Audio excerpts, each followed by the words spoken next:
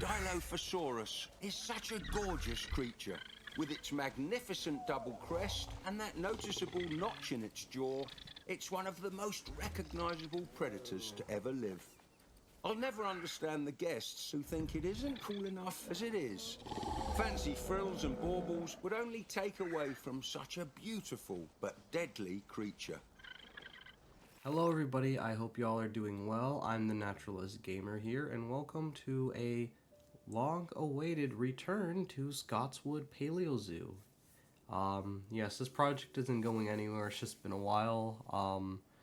But yeah, I'm very happy and excited to show you guys my most ambitious habitat yet, because this was meant to be the centerpiece of the zoo as far as dinosaurs are concerned. And yeah, it feels good to see it be complete, albeit it's not 100% complete. I haven't completed all of the backstage stuff yet, and I will show you guys why briefly.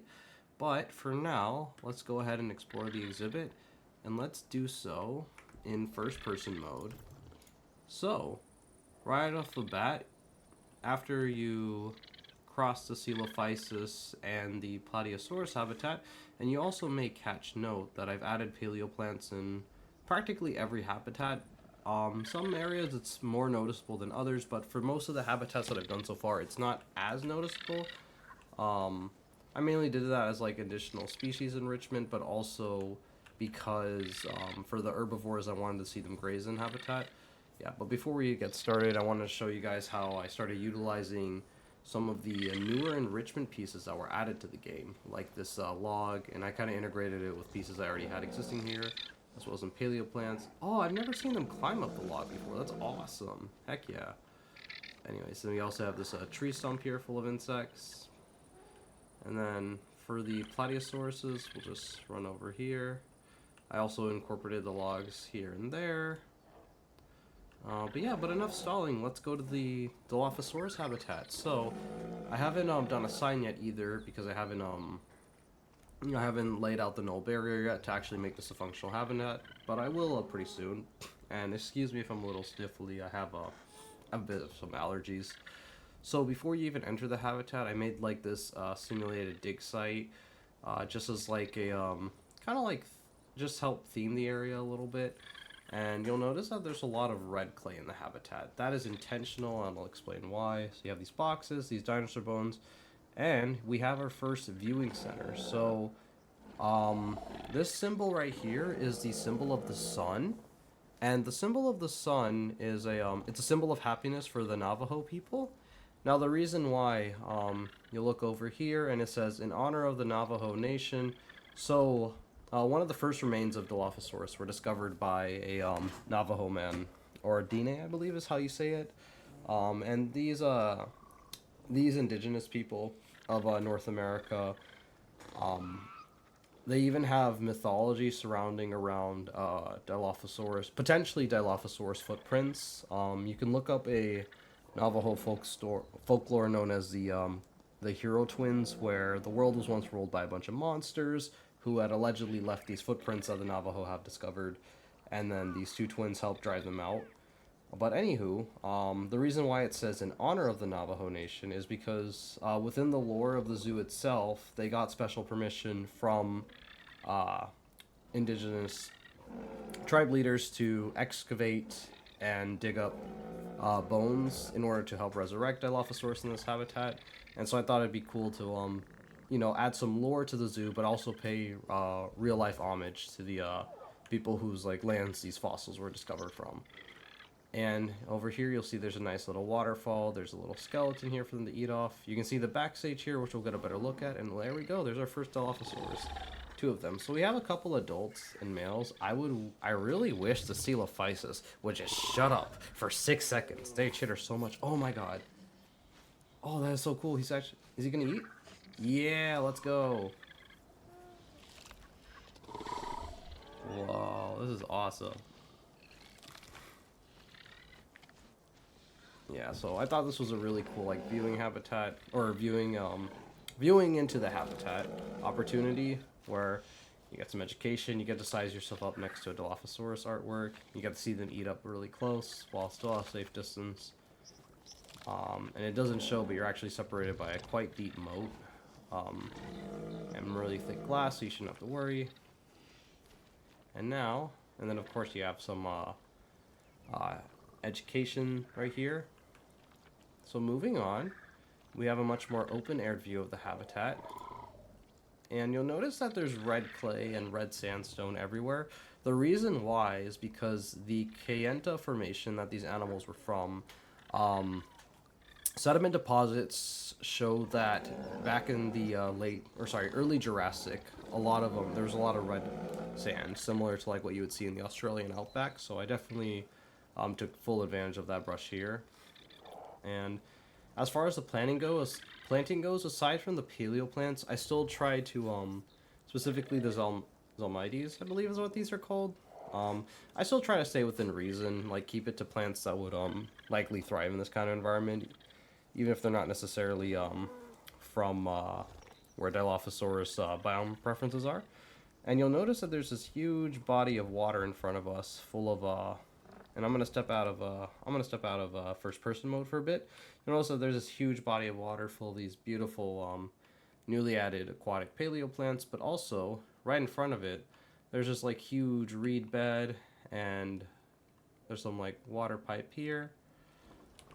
Now this area doesn't actually have any water, but what this is that this is supposed to imply a natural filtration system. So in addition to actual pipe work as shown here, filtering the water out and all, I thought it'd be cool to add an additional layer of biological filtration. So in some I believe it's called like gray water management, they'll use real life reeds and papyrus, or not papyrus, but like reeds and tall grasses and cattails to help absorb and further purify and clean the water naturally.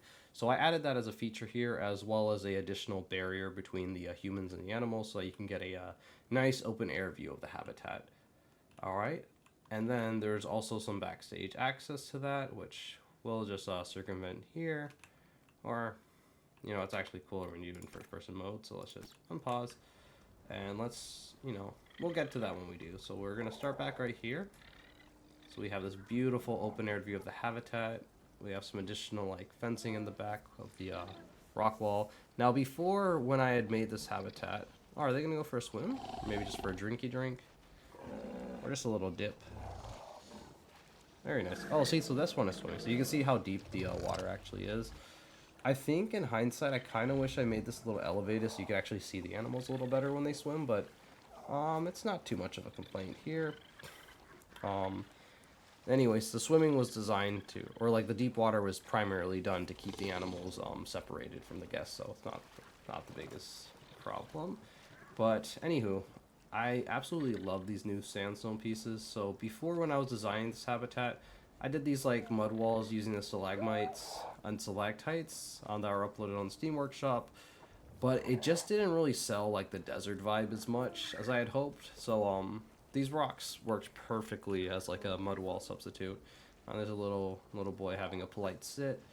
So let's keep going. There's this new seating area, so if you want, you can just chill here. You got a great view of the Dilophosaurus habitat. You also can tilt your head back and you get a great view of the Plesiosaurus habitat. You know, there's some vending machines here if you need, and like I said earlier, if you're a staff member, for whatever reason you want to access the habitat, you would go through here. Climb, climb, climb. You know, if you just shut the water pipe off, you can. Okay, and now we're stuck. Hardcore parkour. Okay, we're out. Of course, the keeper will be able to use the ladders, but yeah, or at least it's implied. So here is our second best view of the habitat, which is through these very thick, tall glass viewing windows. You get like up close when the animals come down to eat this. And then this is an implied enrichment item. I saw that the on the Discord they released a new type of enrichment item that hasn't come out yet. So I might replace it once that rolls in. I think it's gonna be an update 15.1. But yeah, so that is the gist of the habitat. So let's do a little walk around back here. Yeah, I'm really happy with how it turned out. What's so cool is like you get this really sharp but not too unbelievable contrast between the Dilophosaurus habitat and the Plateosaurus habitat, which is much more in line with what this biome already is. So let's go ahead and speed through. So now if you're a staff member, if you go around here, you open the gate, and there's two types of backstage access. So over here, you can actually access the habitat directly. Oh, that's cool. Are they mating?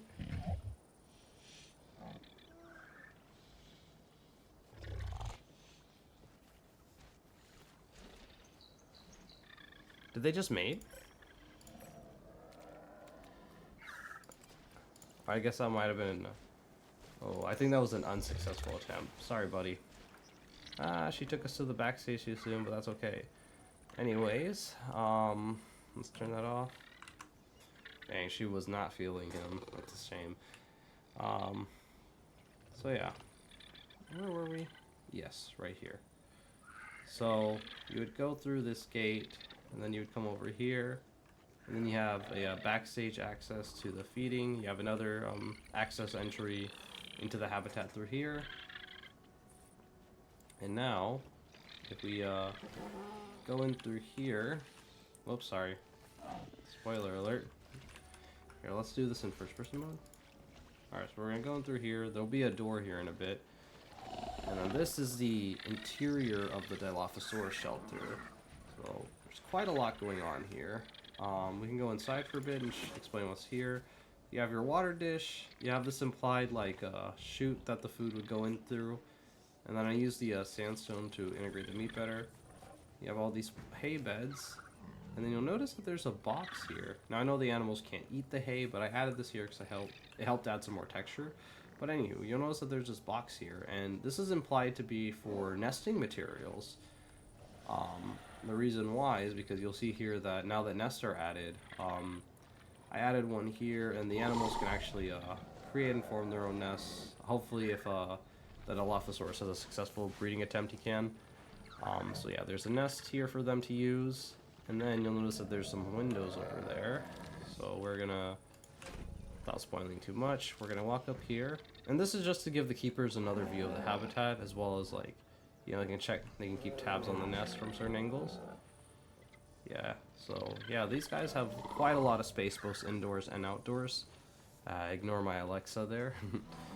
And yeah, it's really tough trying to build realistic and believable habitats for animals like these, just because we don't really have a lot of good modern day analogs. But you know, after doing a ton of research on both what modern day zoos do and just on the animals themselves, I think I created something that is relatively believable. It's far from perfect, of course. It could be way better, but I'm pretty satisfied with the results.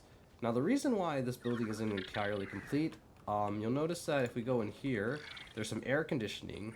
I haven't added air conditioning to the keeper side yet, because this right here is going to be like a freezer room for / meat storage. And then if we go on through the other side of the building, you'll see that there's pipe work already done. And we have some fish here, as like, it's implied that these fish are going to be cleaned and scaled and then prepared for the Dilophosaurus to eat. But the reason why this freezer room exists here is because if you go on to the other side, this will be the Smilodon backstage.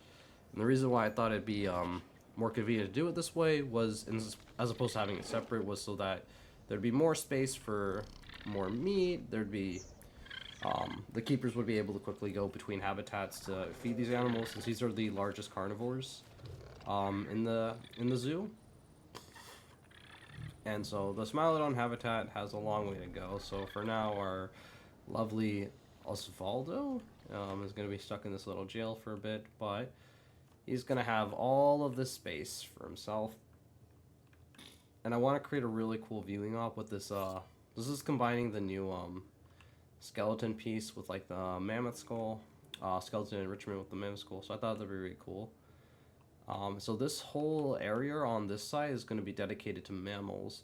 So for these rock walls, because they're nice and thick, you're not going to see like that scaffolding that I did over here in the Plateosaurus habitat, but you are going to see it towards the backstage for this guy, and there's going to be more space here for like for like keepers to move in and out. There'll be an extra entry point here. Yeah, I got some plans, but or not here because that's the gate to the habitat. Or that's gonna lead them right into the Smilodon den. But I'm thinking maybe like here there'll be an entry point that can go in through and out.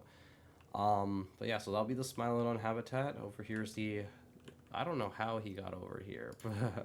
Well, they do share a barn, so I'm gonna have to work something out there.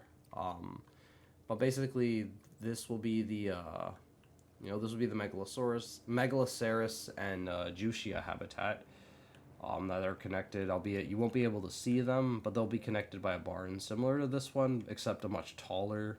Even though they can use it, the problem is the Megalosaurus horns are way too big, and so the Megalosaurus are going to have much larger doors than the Juxia will. And then over here, this is where we're going to be doing the last couple of habitats, so for the dinosaurs.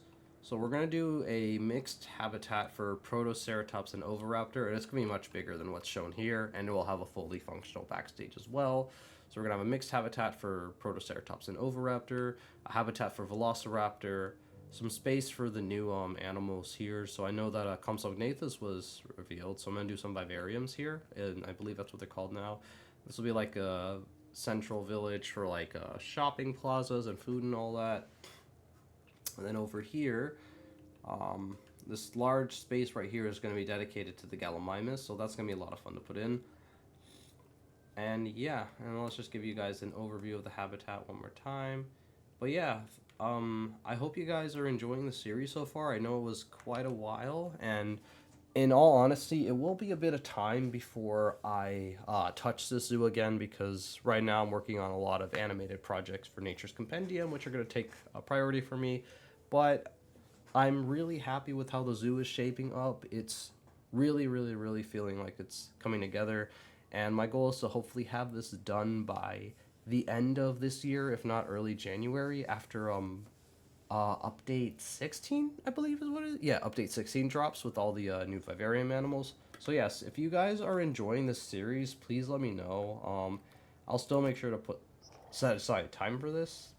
And I noticed that a lot of you guys really like the tutorial video I did. So if there's anything that I showed here that you guys would like me to go over in more detail, maybe even things that I should upload to the workshop to make things a little easier, please let me know.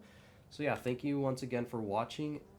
If you enjoyed this video and if you enjoyed the series and want to see more like it, please be sure to leave a like, comment, and subscribe. I definitely want to start on a much, much larger, ambitious zoo sometime next year.